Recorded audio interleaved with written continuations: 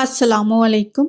इस दुआ के साथ कि आप सब बखैरियत हों, अल्लाह की ख़ास रहमतें, बरकतें और अनायतें आप सब पर मेहरबान हों। मेरी दिली दुआएँ और नेक तमन्नाएँ आप सब सुनने वालों के साथ हैं। इस बदलते मौसम के साथ हर दिन का नया आगाज़ जो है वो इंसान को कुछ ज़्यादा ही फ्रेश कर देता है। अभी पता नहीं आपको ऐसा महसूस हो रहा है कि नहीं हो रहा है। पिछले 1-2 दिन से अच्छा खासा वेदर जो है यहाँ पर चेंज हो गया है और जिस तरह हम बचपन में खुश होते थे मौसम जब सर्दियों का आता था, मेरे बच्चे भी ऐसे ही हैं। कल काफ़ी ज़्यादा मौसम बदला यहाँ पर ना, शाम को तो मेरा बेटा कहे कि फ़ौरन से हीटिंग ऑन कर दे। तो वैसे स्कूल ये जैकेट वगैरह पहनकर बहुत कम जाता है, इसको मैं कहती रहती हूँ। लेकिन ज़रा-सा मौसम बदला है तो साथ ही इसने सॉक्स पहन ली और फ्लीसी जैकेट जो है वो पहनकर बैठ गया। जो स्पगेटी का पास्ता होता है उसका हम पास्ता ही बनाते हैं ना, तो आज मैं उसकी सेवइयाँ बना रही हूँ मीठी वाली।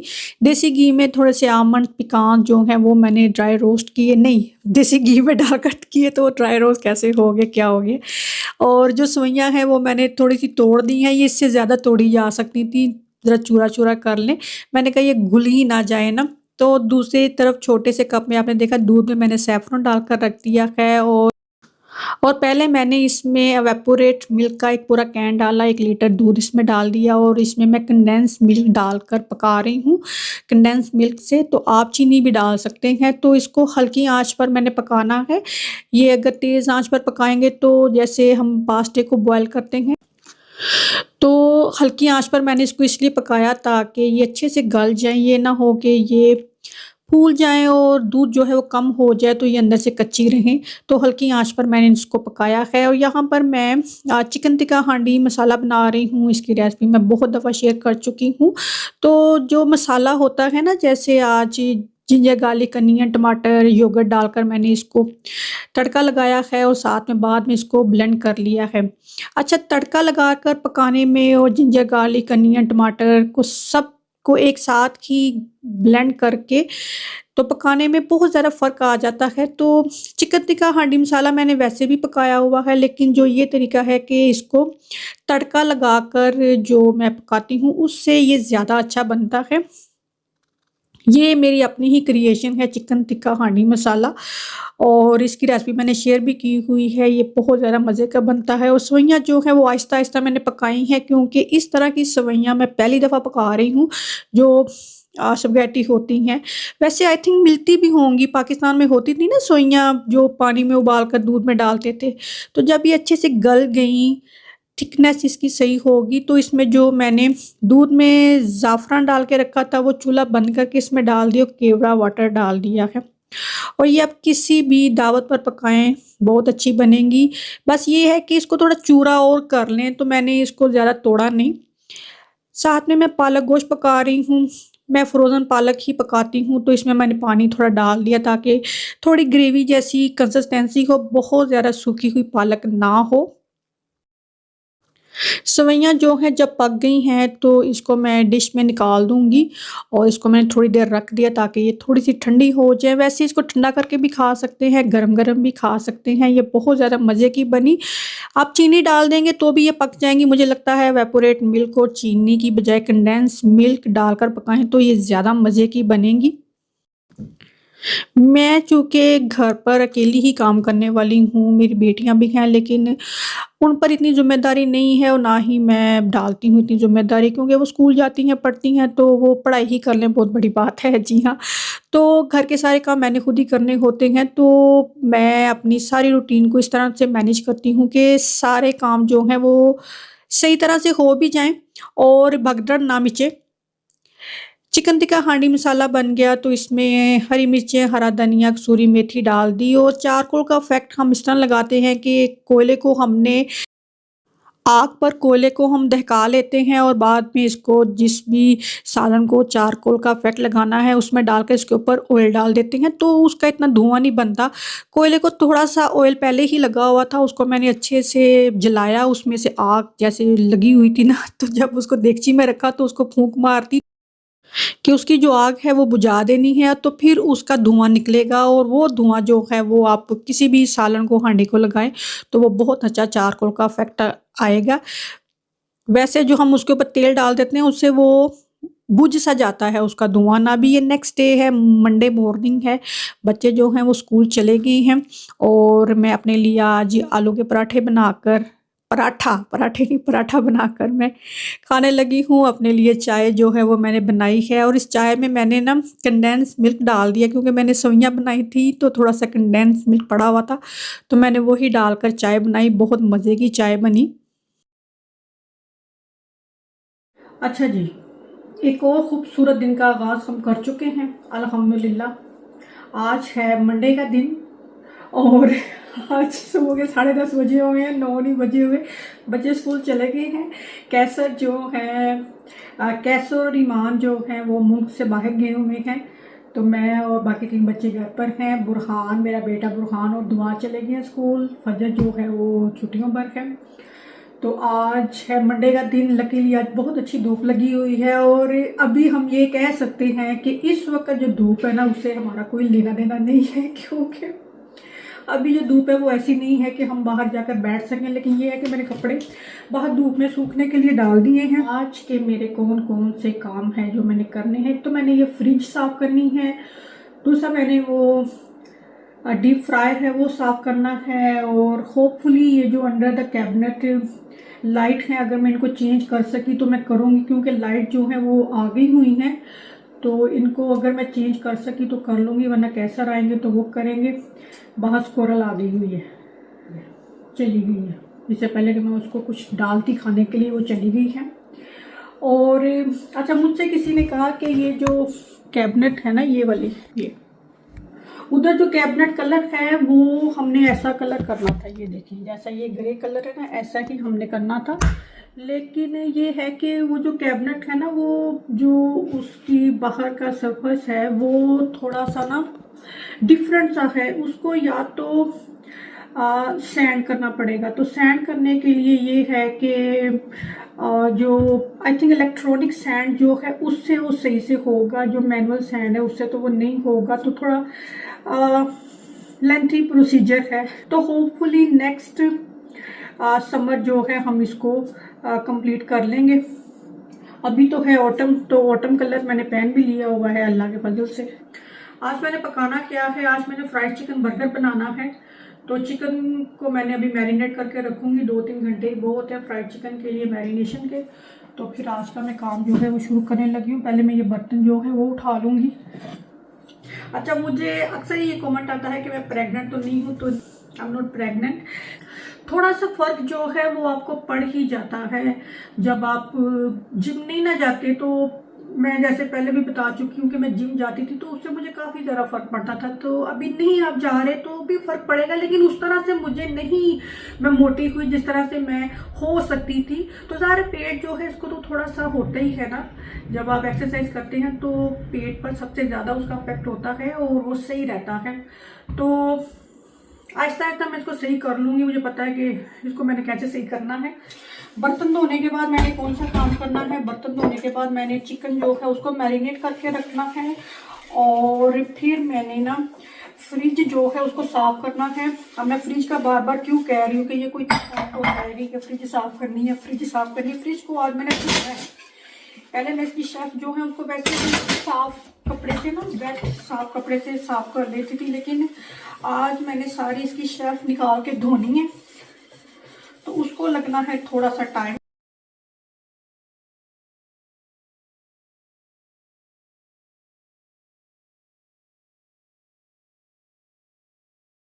चिकन जब भी काटी जाती है उसको टेढ़ा सा रखकर नाइफ चलाया जाता है। सीधा नाइफ रख के कभी भी चिकन नहीं काटनी चाहिए क्योंकि वो हार्ड पीस हो जाता है। यूं यूं नाइफ रख कर टेढ़ा सा रखकर ना चिकन को कट किया जाता है ताकि उसका एक पार्चा जैसे होता है ना वैसे उतरेगा। सीधी नाइफ रखकर चिकन नहीं काटनी चाहिए। ये देखिए इस तरह से, नहीं ऐसे ऐसे नहीं रखनी, ऐसे नहीं ऐसे, क्योंकि जो चिकन के रेशे हैं ना वो फिर इस लंबाई के रुख में कट होते हैं, चिकन हार्ड नहीं होगा। ऐसे ऐसे रख के कट करना है। इसको भी थोड़ा टेढ़ा रख के कट करना है हमने।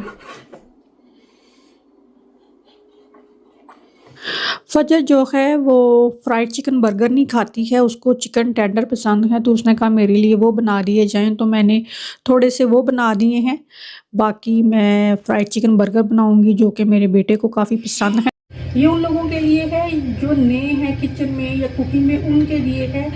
जिस बर्तन या जिस बोर्ड पर आपने चिकन या मीट कट किया है उसको पहले गर्म पानी से वैसे ही रिंस कर देना है, ताकि वो अच्छे से उस पर जो रेशा है मीट का वो उतर जाए। फिर उसको हमने साफ करना है, उसको रिंस करके नहीं रख देना, उसको अच्छे से साफ करना है। चिकन हो या मीट हो, जिस बोर्ड के ऊपर उसको कट करें, ख़ास तौर पर जो चिकन होता है वो गोश्त से भी ज़्यादा कच्चा चिकन जो है वो नुकसानदेह होता है, कि जिस जगह पर या जिस बोर्ड के ऊपर आप उसको कट करेंगे उसको अच्छे से आपने साफ़ करना है। जिस एरिया पर चिकन रख कर आपने साफ़ किया है उसको भी, और जिस बर्तन में भी, और गोश्त काटने के बाद या धोने के बाद मैं जो मेरा सिंक है किचन का उसके में भी मैं जो क्लीनिंग स्प्रे है वो कर देती हूँ, ताकि जो स्मेल है मीट की वो ना रहे।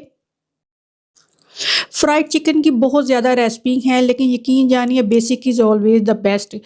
टिकटॉक पर मैंने एक रेसिपी देखी, यकीन जानिए जब मैंने उसके इंग्रेडिएंट गिने तो उसने 18 चीज़ें उसमें डाली। एक उसमें उसने तंदूरी मसाला भी डाला और तिक्का मसाला भी डाला, और कोई सॉस होगी जो ना उसमें डाली हो, कि इतनी सारी चीज़ें डाल दी हैं, किसी एक का फ्लेवर तो आ ही जाएगा। तो बेसिक चीज़ों से बनाएँ तो वो ज़्यादा मज़े का बनता है। बहुत ज़्यादा चीज़ें सम टाइम किसी चीज़ में डालने से ना उसका फ्लेवर कुछ का कुछ हो जाता है। नमक, मिर्च और विनेगर डालकर मैंने चिकन को मैरिनेट करके रख दिया है, और अभी शेल्फ जो है ये सारी फ्रिज की निकाल कर इसको मैंने धो लेनी है। और जो बंडल मैंने दिखाया वो मेहंदियों का था, वो बहुत पुरानी मेहंदियाँ हैं, तो अभी भी इस्तेमाल हो रही हैं, लेकिन अभी मैंने चेक की तो वो काफ़ी ज़्यादा ड्राई हो चुकी थी, तो मैंने फेंक दी, क्योंकि मेरे पास और मेहंदियाँ पड़ी हुई हैं, वो भी हमने पाकिस्तान से ही मंगवाई हुई हैं, तो वो मैंने रख।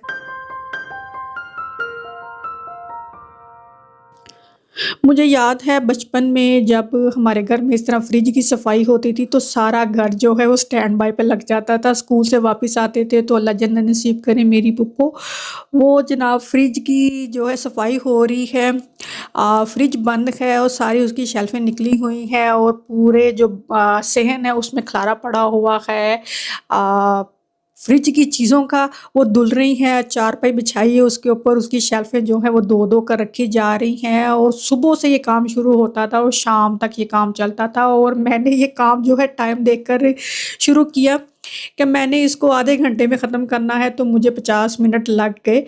तो यहाँ पर हम टाइम देख कर काम करते हैं कि इससे भी जल्दी ये काम हो जाए, इससे भी कम टाइम लगे।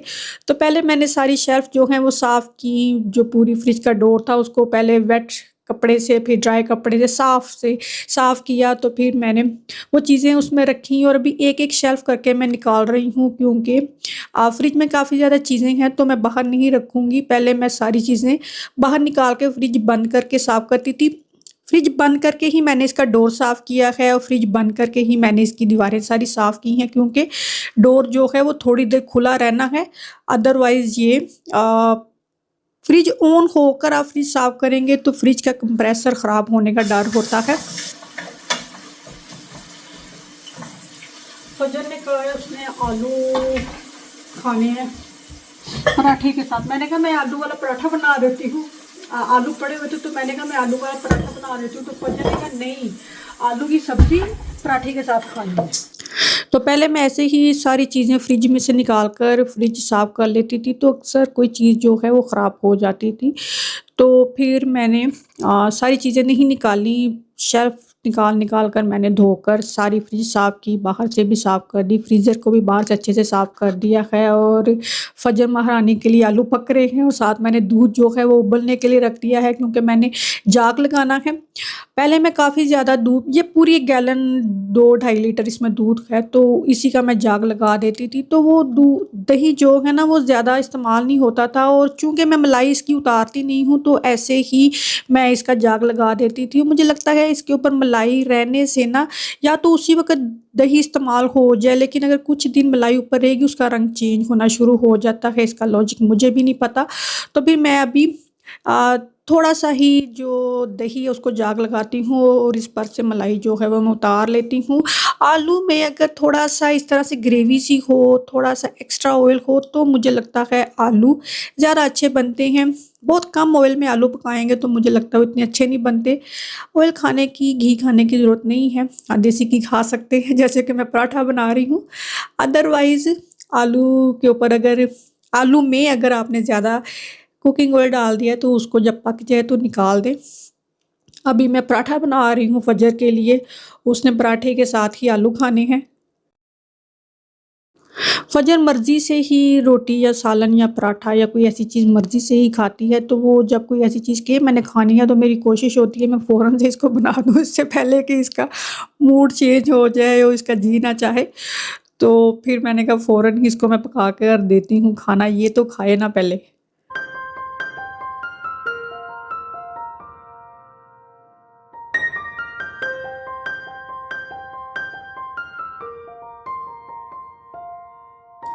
दूध जो है जब इतना रेडी हो गया कि इसको जाग लगाया जा सके तो इस पर से जो मलाई है वो मैंने चाय बनाई हुई थी तो मैंने उसमें डालकर चाय के साथ इसको खा लेना है या पी लेना है। क्योंकि जैसे मैंने पहले कहा मलाई के साथ योगर्ट का कलर थोड़ा चेंज हो जाता है। योगर्ट बनाने की भी बहुत सारी रेसिपी हैं, कुछ लोग इसको इतना ज़्यादा फेंटते हैं, कोई ज़रूरत नहीं है इसको फेंटने की। बस ये है कि दूध नीम गर्म हो जिसको कोसा-कोसा कहते हैं, तो योगर्ट जो है उसमें अ, दूध डालकर उसको अच्छे से मिक्स करना है कि जो जाग है वो स्मूथ टेक्सचर का होना चाहिए, उसमें गुठलियाँ सी नहीं होनी चाहिए और फिर इसको मैं कपड़े में लपेटती हूँ, ऐसे ही नहीं मैंने इसको रख देना है। तो ऑयल जो है फ्रायर का मैं चेंज कर रही थी तो अदरवाइज़ तो मैं किसी को पकड़ा देती हूँ छलनी के पकड़ लो मैं इसको स्ट्रेन कर लूँ। तो मैंने बड़ी छलनी रखी उसमें छोटी छलनी रखकर मैंने इसको छान लिया। ये अभी सीज़निंग है, सीज़निंग की रेसिपी भी मैं कई दफ़ा शेयर कर चुकी हूँ। मैदा है, कॉर्नफ्लावर है, ginger powder, onion powder, garlic powder, mix herb, oregano, salt और लाल मिर्चें मैं इसमें नहीं डालती हूँ, मैंने इसमें डाल दी हुई हैं, वरना इसका रंग बहुत ज़्यादा लाल हो जाता है। तो थोड़ा-सा जो सीज़निंग है वो उसमें मैंने पानी मिक्स करके पेस्ट जैसी कंसिस्टेंसी बनाकर इसको चिकन में डाल दिया, बजाय इसके कि इसकी पेस्ट बनाकर एक-एक चिकन को इसमें डुबोकर तो हम सीज़निंग करें, तो बेहतर है कि पेस्ट बनाकर चिकन में डाल दें और इसको आप सीज़निंग कर दें और इसको दबा-दबा कर लगाया जाता है ताकि जो चिकन वेट है तो उसके साथ जो सीज़निंग है वो अच्छे से चिपक जानी चाहिए और इसमें कॉर्नफ्लोर थोड़ा-सा लाज़मी डाला जाता है। अगर खाली मैदा डालेंगे तो भी ये उतर सकती है और मैदे की बजाय इसमें सेल्फ राइज़िंग फ्लावर डाला जाता है। अगर आपके पास मैदा है तो इसमें थोड़ा-सा बेकिंग पाउडर या बेकिंग सोडा डाल दें तो ये ज़्यादा फूला-फूला बनेगा।